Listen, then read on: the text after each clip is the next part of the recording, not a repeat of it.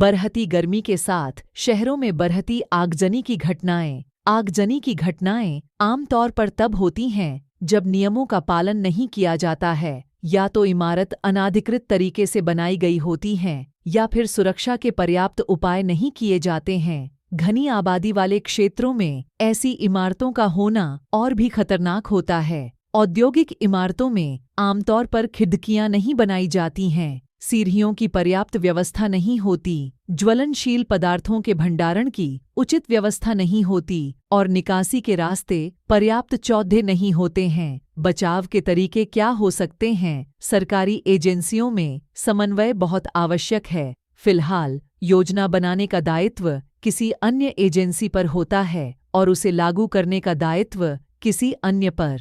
प्रबंधन की जिम्मेदारी कोई तीसरी एजेंसी संभालती है। ज्यादातर इमारतों में कंप्लीशन सर्टिफिकेट नहीं लिया जाता है या देर से दिया जाता है। इसके प्रति खरीदारों को जागरूक रहने और आवाज उठाने की जरूरत है, तभी ऐसी दुर्घटनाओं से बचा जा सकता है। इमारतों में सुरक्षात्मक उपायों की समय समय पर निगरानी बहुत जरूरी है। काफी हद तक नियोजन और प्रबंधन की व्यवस्था से बहुत कुछ ठीक किया जा सकता है। लाइसेंस आदि समय पर लेने के प्रयास हों। हाल ही में देश के कुछ बड़े शहरों में हुई आगजनी की त्रासदी में जान और माल की काफी हानि हुई है। पिछले 2 साल में दिल्ली के 66 अस्पतालों में आग लगने की घटनाएं घट चुकी हैं। इन पर रोक लगाने के लिए प्रशासन और जनता दोनों को ही जागरूक होना होगा।